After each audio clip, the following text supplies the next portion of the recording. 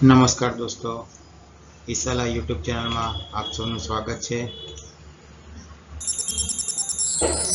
આજનો આપણો વિષય છે ગણિત મેળો ધોરણ 3 અને એનું પહેલું પ્રકરણ એકમ 1 નામમાં શું છે એ આપણે એની વિસ્તૃત ચર્ચા કરીશું.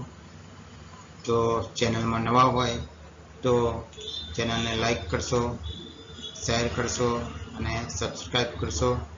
તો ચાલો જોઈએ એકમ 1 નામમાં શું છે. તો ચાલો મિત્રો આપણે પાઠની શરૂઆત કરીએ. પાઠનું નામ છે નામમાં શું છે. અહીંયા ઘણા સમય પહેલા તારાપુરમાં એક ગોવાળનું કુટુંબ રહેતું હતું. દિશા અને દીપ દરરોજ ગાયોને ચરાવવા માટે બહાર લઈ જતા હતા.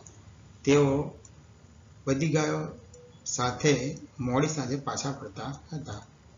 એક દિવસ દિશાએ પૂછ્યું, આપણે કેવી રીતે જાણી શકીએ કે આપણે એક પણ ગાય ગુમાવી નથી? તેમને ગણતરી કરતા આવડતું નહોતું.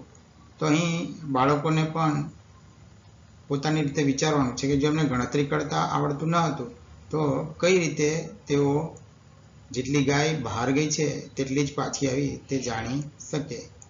તો પહેલાંના જમાનામાં લોકો ભીત પર કે ગમે ત્યાં નિશાની કરતા હતા અને તે રીતે યાદ રાખતા હતા. તો અહીંયા પ્રશ્ન પૂછ્યો કે દિશા અને દીપ શું કરી શકતા હતા? તો એનો જવાબ આવશે તેઓ નિશાની કરી શકતા હતા, કે તેઓ ગમે ત્યાં નિશાની કરી અને જેટલી ગાય બહાર ગઈ છે તે નિશાની કરે અને તેટલી નિશાની ફરી આવે ત્યારે ચેકે તો ખબર પડે કે એટલી જ ગાય પાછી આવી છે. આગળ જોઈએ. તેમના મિત્રએ તેમને એક યુક્તિ આઈડિયા બતાવી. જ્યારે તમે ગાયો ચરાવવા જાઓ ત્યારે દરવાજામાંથી બહાર નીકળતી દરેક ગાય માટે દિવાલ પર એક નિશાન એટલે કે એક માર્ક બનાવવાનું કહ્યું. જ્યારે તમે પાછા આવો ત્યારે કોઈ ગાય દરવાજામાં ફરી પ્રવેશ કરે ત્યારે દિવાલ પરથી એક નિશાન દૂર કરો. અહીંયા જોઈએ તો આ ચિત્ર બનાવેલા છે અને આ છે તે નિશાન દૂર કરી રહ્યા છે. બીજા દિવસે તેઓએ તેમના મિત્રની યુક્તિ પ્રમાણે કર્યું અને ઘેર પાછા ફર્યા ત્યારે બધા નિશાનોને દૂર કર્યા. હવે અહીંયા લખ્યું છે કે બધા નિશાનો દૂર કર્યા છે. તો બધા નિશાનો જો દૂર થઈ ગયા, જેટલા નિશાન કર્યા છે તેટલા બધા જ નિશાનો એ લોકો દૂર કર્યા છે. તો અહીંયા નીચે પ્રશ્ન છે કે શું બધી ગાયો ઘરે પાછી આવી હતી?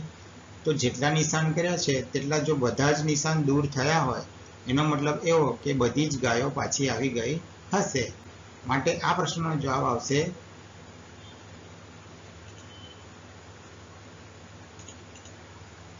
હા, બધી ગાયો ઘરે પાછી આવી હતી. બરાબર છે. હવે આપણે આગળ જોઈએ. થોડા વર્ષો પછી તેમની પાસે ઘણી બધી ગાયો હતી. એક દિવસ જ્યારે તેઓ ઘરની બહાર નીકળ્યા ત્યારે તેમની દિવાલ પર આટલા નિશાન હતા. તેથી તેમની પાસે ખાલી જગ્યા ગાયો હતી. તો અહીંયા નિશાન બનાવેલા છે એ આપણે ગણવાના છે. તો 1 2 3 4 5 આમ ગણતા જઈશું. તો 5 10 15 20 25 30 35 40 45 અને 2 47. મતલબ કે કુલ કેટલી ગાયો હતી? 47 ગાયો હતી. બીજા દિવસે તેઓ ગાયો સાથે પાછા ફર્યા. ગાયો ફરીથી દરવાજામાં પ્રવેશી ત્યારે તેમણે દરેક ગાય માટે એક એક નિશાન દૂર કર્યું. દિવાલ પર હજુ પણ 2 નિશાન બાકી હતા, પરંતુ તેમને બહાર કોઈ ગાય દેખાતી ન હતી. તેઓ ચિંતિત હતા. તો હવે પ્રશ્ન છે કે કેમ ચિંતિત હશે? તો બાકીની બધી ગાયો આવી ગઈ હતી પણ બે ગાય આવી ન હતી, કેમ કે 2 નિશાન હજુ ચેકવાના બાકી હતા. તો અહીંયા પ્રશ્ન છે કે દિશા અને દીપ શા માટે ચિંતિત હતા? તો એનો જવાબ આવશે કારણ કે 2 નિશાની હજુ ચેકવાની બાકી હતી. મતલબ કે 2 ગાયો હજુ પાછી આવી ન હતી, માટે દિશા અને દીપ ચિંતિત હતા. બીજો પણ એક પ્રશ્ન કે કેટલી ગાયો ઘરે પહોંચી હશે? તો કુલ 47 ગાયો હતી અને એમાંથી 2 ગાય આવી ન હતી. તો કેટલી ગાય પહોંચી હશે? તો 47માંથી 2 બાદ કરીશું એટલે આપણો જવાબ આવશે 45. તો અહીંયા આપણે લખીશું 45. બરાબર છે. ચલો હવે આગળ જોઈશું. આગળ જોઈએ તો દિશા અને દીપ ઝડપથી ગુમ થયેલી ગાયોને શોધવા ગયા અને તેમની ગાયો નજીકના ખેતરમાં મળી આવી. તેઓ બધા ખુશીથી સાથે ઘરે પાછા ફર્યા. તેમના મિત્ર હેમંત પાસે 36 ગાયો અને 23 ઘેટાં હતા. દિશા અને દીપ જેવા નિશાન બનાવીને હેમંતને તેની ગાયો અને ઘેટાં પર નજર રાખવામાં આપણે મદદ કરવાની છે. તો જે રીતે દિશા અને દીપે નિશાની બનાવી હતી એવી નિશાની આપણે હેમંત માટે પણ બનાવવાની છે. તો આપણે નિશાની બનાવવાની શરૂઆત કરીએ. બાળકો પણ સાથે નિશાની બનાવવાની છે. તો પહેલાં આપણે 36 ગાયોની નિશાની બની છે. ગણતા જવાનું છે 2, 3, 4, 5, 6, 7, 8, 9. આ રીતે જેટલી ગાયો આપણે લઈ ગયા છે એટલી નિશાની એની બનાવવાની છે.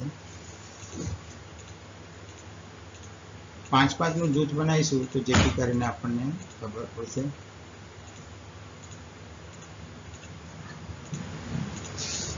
તો આ ગાયોની કુલ નિશાની 36 ગાયોની નિશાની બની ગઈ છે. હવે બાજુમાં આપણે 23 ઘેટાં માટે નિશાની બનાવીશું કાળા રંગથી. તો ગણતા જવાનું છે 5-5 ના જૂથમાં અને નિશાની બનાવતા જવાનું છે.